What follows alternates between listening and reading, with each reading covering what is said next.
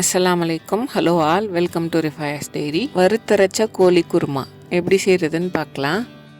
ஒரு பேனில் ஒரு டேபிள் ஸ்பூன் தேங்காய் எண்ணெய் சேர்த்துட்டு சின்ன வெங்காயம் ஒரு 60 கிராம் எடுத்திருக்கேன். கொஞ்சம் பெருசாக இருந்ததுன்னா 15லேருந்து 20 இருக்கும். அதை இதில் சேர்த்துட்டு வதக்கி விடணும். ரொம்ப வதங்கணும்னு எல்லாம் இல்லை, வெங்காயத்தில் அந்த ப்ரௌன் மார்க்ஸ் வந்துச்சுன்னா போதும். இது கூட ஒரு டேபிள் ஸ்பூன் இஞ்சி பூண்டு விழுது சேர்த்து லைட்டாக வதக்கி விடணும். இப்போது இருக்கிறதுலே லோ ஹீட் இல்லைனா அடுப்பை ஆஃப் பண்ணிட்டாலும் கூட ஓகே. அதுக்கப்புறமா இதில் ஒரு டேபிள் ஸ்பூன் மிளகாய் தூள் சேர்த்து லைட்டாக வதக்கி விடணும். வதங்கினதுக்கப்புறம் இது கூடவே ஒரு டேபிள் ஸ்பூன் மல்லித்தூள் சேர்த்து அதையும் லைட்டாக வதக்கிக்கணும்.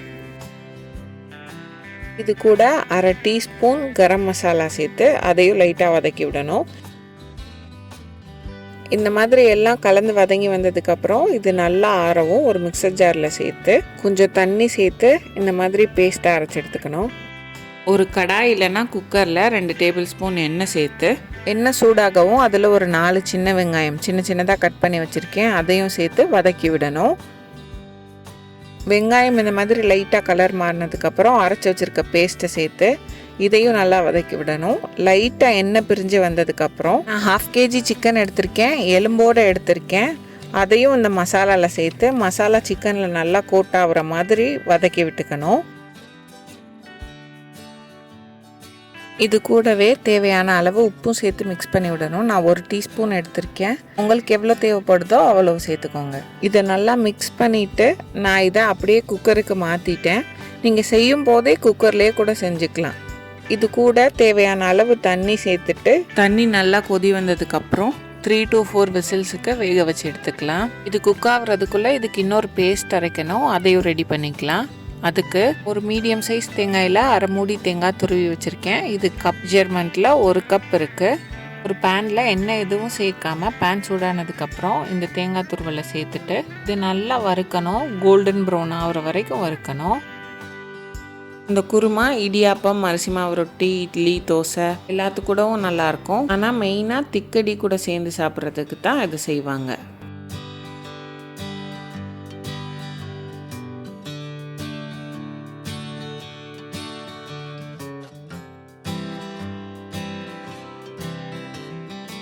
இந்தளவு நல்லா வறுப்பட்டு வந்ததுக்கப்புறம் இது ஒரு பிளேட்டுக்கு மாற்றி ஆற விட்டுறணும்.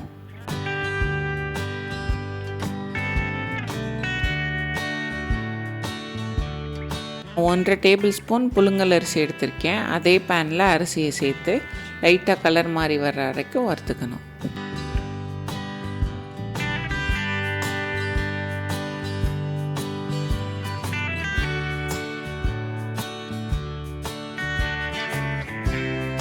இந்தளவு வறுப்பட்டதுக்கப்புறம் தேங்காய் வறுத்து வச்சுருக்கிறதோட இதையும் சேர்த்து இதையும் ஆற விட்டுணும்.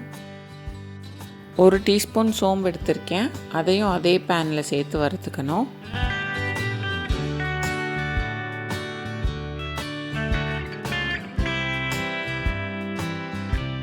சோம்பும் நல்லா வறுப்பட்டதுக்கப்புறம் இதையும் அந்த தேங்காய் துருவலோடு சேர்த்து நல்லா ஆறுனதுக்கப்புறம் தண்ணி சேர்த்து பேஸ்ட் மாதிரி அரைச்சி எடுத்துக்கணும். உங்கள்கிட்ட கசகசா இருந்ததுன்னா இது கூடயே சேர்த்து நீங்கள் அரைச்சிக்கலாம். இந்த கன்சிஸ்டன்சியில் அரைச்சி எடுத்துக்கணும். இப்போது சிக்கன் குக்காக இருக்கும், அதை ஓப்பன் பண்ணி பார்க்கலாம். இந்த மாதிரி நல்லா எண்ணெய் பிரிஞ்சு வந்திருக்கும்.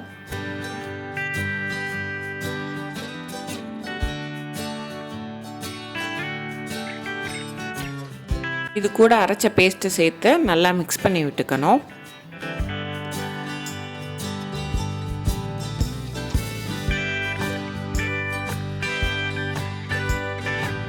நல்லா மிக்ஸ் ஆனதுக்கப்புறம் தேவையான அளவு தண்ணி சேர்த்து இதை கொதிக்க விடணும்.